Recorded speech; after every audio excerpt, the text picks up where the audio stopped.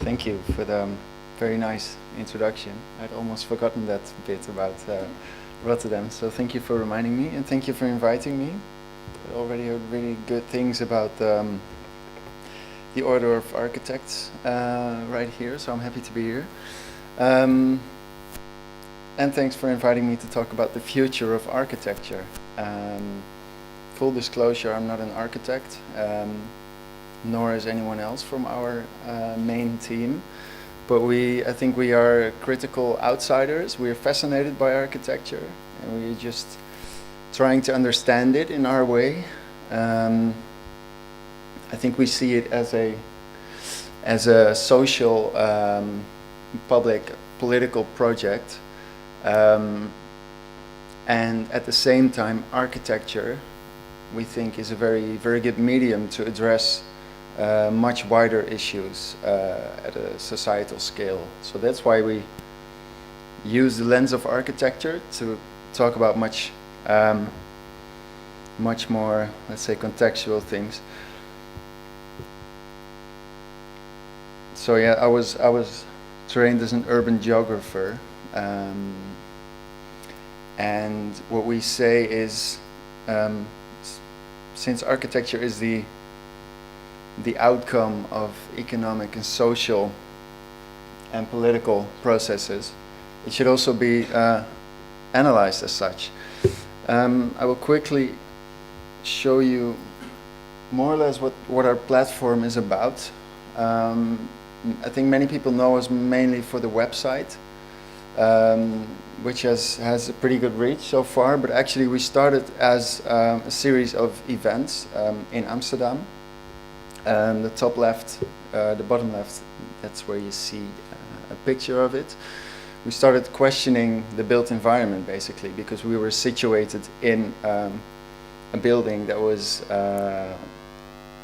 in some ways a failure, because it didn't stand the test of time. But in other ways it was a success, because there was all this cultural programming going on there for a few years. It was also it turned into one of the most successful clubs of Europe, actually. So that's where this idea of failure and subjective analysis of our subjective perspectives and a variety of perspectives on architecture started to grow with us. So we are about reflection, about raising questions, stirring debate, and generating knowledge. So that's how it started with events, and then we started doing a little Tumblr blog with some case studies, and people seemed to like it. So before we knew it, we had this whole website running with an editorial process and lots of people from all over the world contributing. At the same time, we also developed some sort of methodology to research case studies, which is on the top right we see an image from one of our workshops.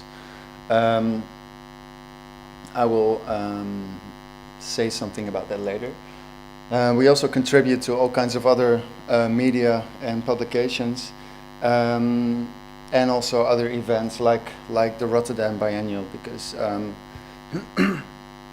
as you said, René and I were critics in residence, but then the third companion, Michiel, he was actually one of the curators, so we had a very interesting setup there.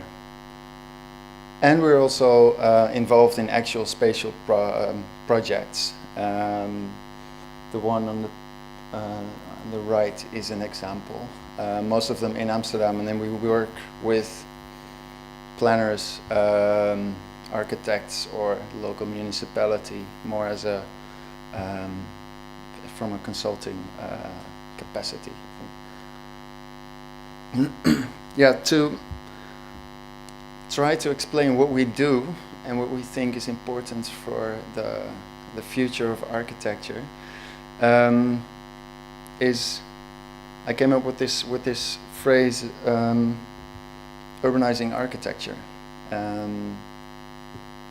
And only later I realized that it ties very well to the beta theme of urban view, and the way you like to look at cities or architecture. So this urbanization, I think, is definitely about looking at architecture in its context, in its spatial context, of course, but also about, and I think I loosely refer to the sociological concept of urbanity, which is about the rich and complex experience and reality of the city.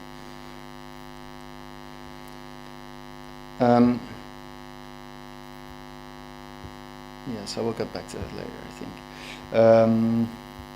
So this urbanization, I think it's about two things mainly.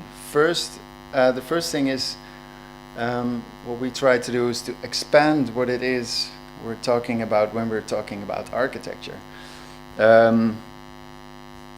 I already briefly mentioned that. So you also see on our website that most of the people contributing or people contributing come from a wide range of backgrounds.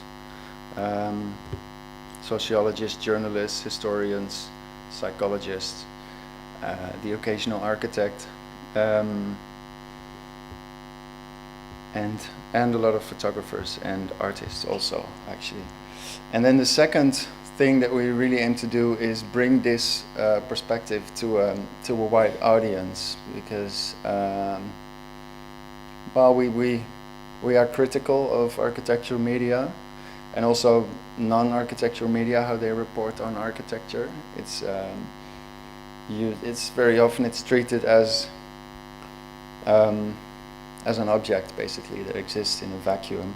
But we say, or we believe that architecture is about building a society. So it's about everything, basically. And then the important thing is to really try to generate this public debate around architecture. Yeah, right. So just a few of the topics that you can encounter when you visit our website or look at architecture in this way. So yeah, this concept of failure. Yes, I think people think it's an interesting approach to architecture, but we don't just try to be cynical, you know. We actually think it's a very productive way of looking at the built environment, at spatial practice. It is for us, it's a way to understand, or to generate a wider understanding about the city and about the profession of building, of designing, of creating communities, whatever you do to contribute to a city. So we focus on the problematic sides, and failure, of course, is a very subjective term. You know, a real estate developer's failure can be a social activist's success, for example. I'm going to go through a number of just examples, topics, themes, touch upon them briefly, just to give you a sense of the kind of things that we like to focus on. And that's by no means exhaustive, and you'll see that there's a couple of screenshots from our website. That's not because I'm lazy, but just to give you a reference, so that you know that you can read more about it on our website.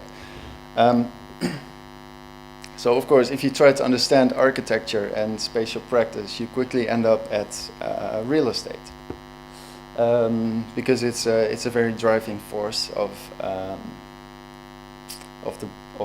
the development of the built environment.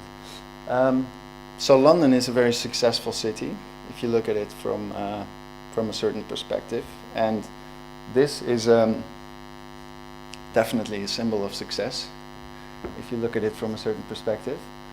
Um, I really like the line "Interiors by Versace Home and Exteriors by London," and the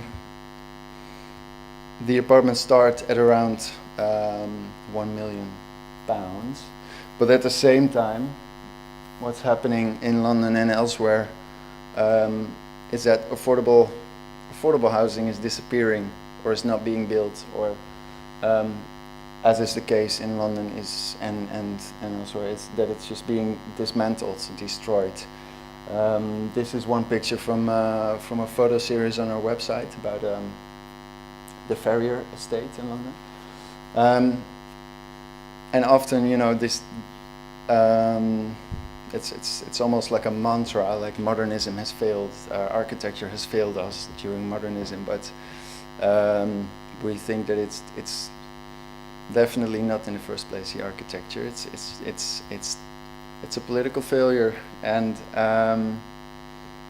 it's just a decision to dismantle the welfare state and not to keep up, not to maintain like a good housing stock for a good price. So this is a slide from about Belgrade. I'm not going to go into detail here because I know that Anna and Mark are also going to say something about Belgrade, and I don't want to pretend that I know more about it. But similar things you see, or we've noticed in Belgrade, where the country's prime minister has secured a $3 billion investment from Abu Dhabi to create this luxurious and iconic district on the waterfront. But sometimes it's not just about very top-down, ruthless planning or developments, and you get more into sort of cultural analysis. Actually, it's Elise Vleugels who wrote this. She is a cultural theorist. So these processes, which you all know as gentrification, they happen in a much more subtle way, and it's very interesting to look at these, at the aesthetics and the politics of the aesthetics of such a thing, where so-called authentic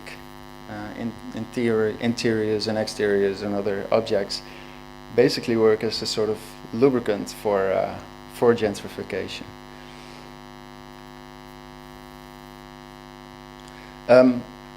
But sometimes you might say that, well, what does this have to do with architecture? Well, we think it has to do a lot with architecture because it is about urban development. Last week in Amsterdam, there was this Amsterdam dance event going on. It's the biggest electronic music festival in the world, 370,000 visitors. So it's a huge commercial success, but at the same time, the actual counter places where actual subcultures can emerge and exist are disappearing in Amsterdam. But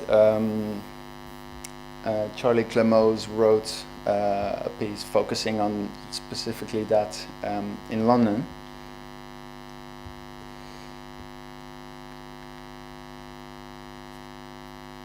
Heritage is a recurring theme, of course. It is. I think it's very fascinating how it's being presented, used, or commodified, or faked, neglected also. And this is a piece we recently ran. I think I'm very happy with it. Not a lot of people have read it in the end. Because it's a lot of text probably, but it's about what to do with the hundreds of palaces that were built by Saddam Hussein in Iraq. Many of them were very, very poor buildings, low quality, both structurally and in terms of style. Some kind of poor postmodern pastiche. So in this piece, the main question is like, should we preserve it? You know, because it is an important part of history. But what do you do with it? They are not special buildings, but they do say something about a very, very decisive time in history. But you might know the Skopje story, where the whole downtown redevelopment in some kind of neoclassical style is going on. That's a very interesting case of heritage. Much of it is being made up. Also, the history that it refers to is it's not entirely correct, I think. So here you see that they're trying to get rid of a certain past, create another past, and of course also attract tourism and investments.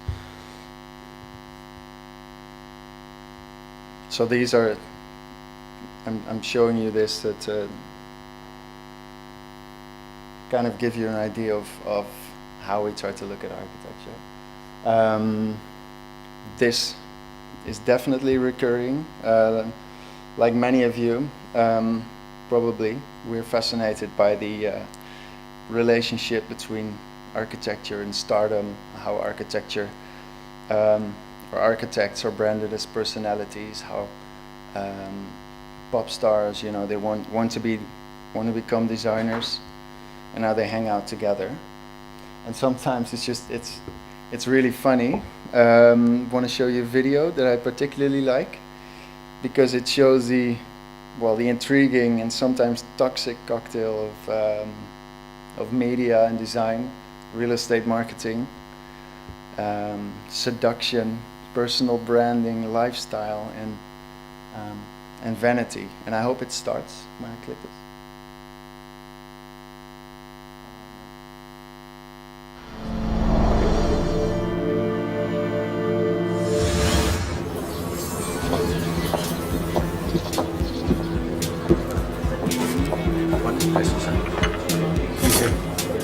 Hello, my name is Daniel Liebeskind. For me, architecture is all about people. Architecture without human beings to enjoy it is meaningless. So I would like you to imagine architecture as you've never seen it before. I would like you to imagine an inspired way of living, an inspired way of working, a new way of being.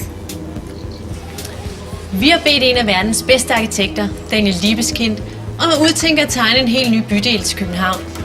Den nye bydel kommer til at ligge lige midt i Ørestad og bliver levende oaser, der byder på visionær og nytænkende arkitektur. En helt ny bydel, hvor der bliver fokus på fremtidens kontorer, liv og mangfoldighed i et inspirerende og anderledes miljø. Kultur og kulinariske oplevelser, som vi måske bedst kender det fra steder som London og New York. Downtown, things will be great when you're downtown. Everything's waiting for you. Det er her på Daniel Liebeskind. That's enough, but I really like it how he's hanging out in his own rendered future. But this project was never built. The video goes on for another 3 minutes or so. It's really funny. You should definitely check it out. It's for the Ørestad district in Copenhagen. I wanted to go back to this one. Yes. Does anyone know this story? Or maybe you do. You're just afraid to say. This is the Premier Tower in Melbourne, and just, you know, design references are also a very, very funny thing to focus on. Like, for example, this. If you would watch this Daniel Liebeskind video again and just focus on the phrases he uses and the kind of things they're trying to sell, it doesn't say anything basically. But this is for a luxury tower in Melbourne.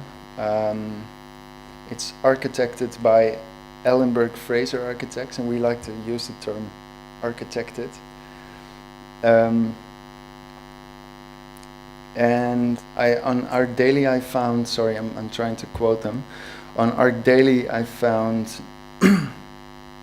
this to explain the project. According to the architects, the mixed-use project's complex form was shaped by climatic restraints and after Beyoncé's moving body seen in her recent video Ghost. And the next sentence was, the project is the culmination of significant research.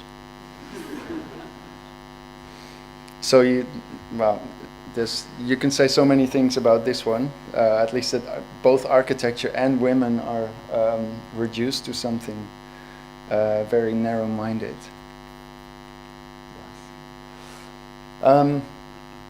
So it's clear that we embrace failure, and we're also fascinated by it. And that's not just happening in architecture but it's also a thing that you see recurring in art, in philosophy, in literature, etc.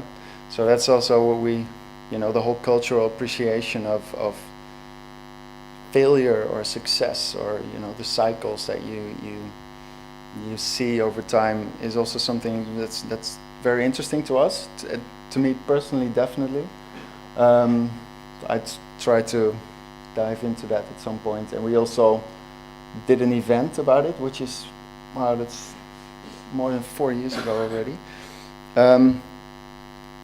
Because at some point it can become problematic, at least according to some people. You might be familiar with the term ruin porn, which is about gazing at ruins. This whole, it's a bit of a trend today, urban exploration. I've also done it, try to break into a ruin, into an abandoned building, into a part of the city that you're not supposed to come, which is, it's also a way of researching something, I think. But sometimes it can become problematic. For example, if you look at these pictures, they're from French photographers, Marchand and Meffre. They shot them in. They captured rotten buildings in Detroit. The local situation there is not necessarily too good. Industries have collapsed, and social conditions aren't too good. But they do sell these pictures for 15,000 euros a piece. So this fascination can turn into something that's a little bit awkward. And like I said, these cultural cycles of taste, of appreciation of architecture, are definitely a recurring thing. Things going in and out of fashion. And something that was previously neglected or stigmatized, it's just becoming a thing again. Because I remember that when we started, which was about 6 years ago,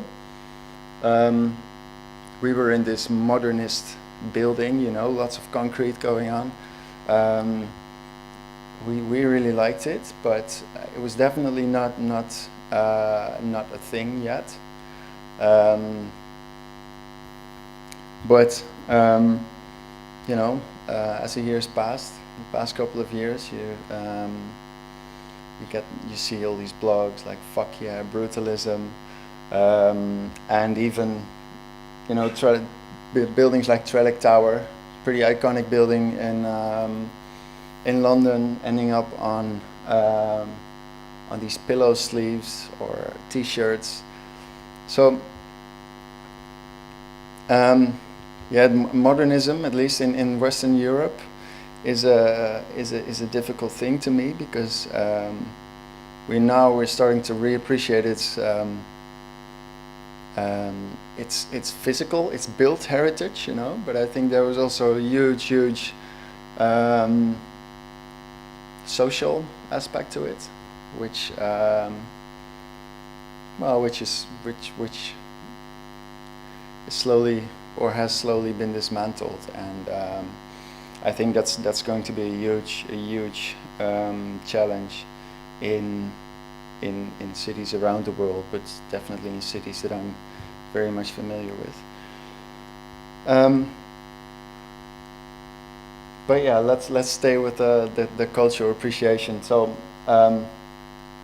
the Pinterestable architecture and Instagrammable architecture, and even, you know, when we pay attention to something that's maybe not very valued yet, or because we do, that's the thing, we also try to reassess things that are popularly known as a failure. We just basically start asking questions like, oh, but why is it, and how does it work? So we also contribute to something like that. And sometimes we also try to make fun of it, and also of this whole media culture, this online, you know, the way things work. You have to use some clickbait. So 8 reasons you will also like postmodern architecture in 2016. You have to frame things in a certain way in order for people to read your articles or come to your website, which is not necessarily a good thing, but it's also something that we try to use to, like I said before, we want to reach a large audience. We don't want to just preach to the choir of other people who are being critical about architecture. We also want to move outside that. So, you know, very important to us is to use good images, is to use a clear title that will immediately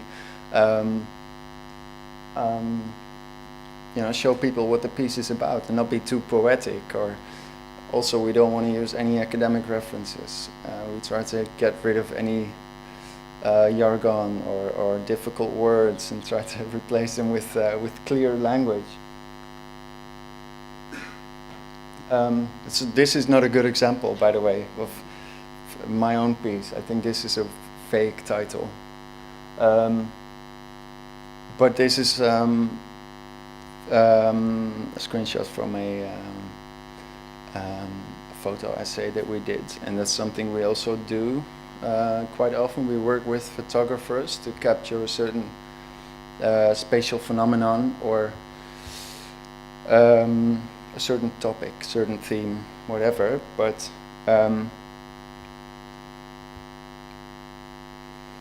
in order to make it much more accessible to, because we live in this visual culture, you need good images in order to get people to read your website.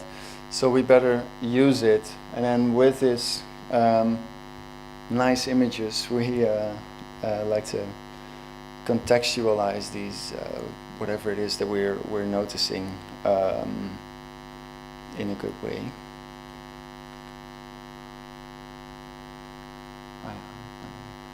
Yeah, or even break out and try to reach new audiences completely. In August, I visited a guy, Marquis Hawks. That's his stage name. He's a producer and a DJ of house music, which I know nothing about. But he had recently made an album called Social Housing, which was an ode.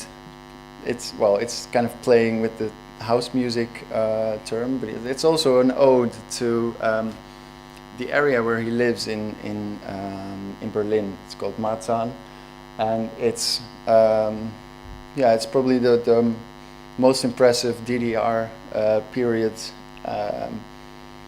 district all over former East Berlin. So we visited him, and I dragged a photographer along, or a friend of mine, because our website runs on a voluntary basis, so we can't really pay people as much as we like. But he showed us around. We talked about housing policies and politics, both in Germany and in England. where he's from. He's British, and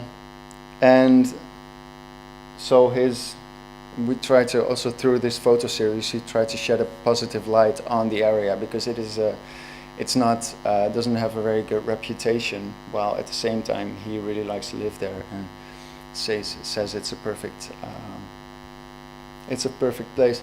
So what I was trying to say is how we try to engage with new audiences as well. This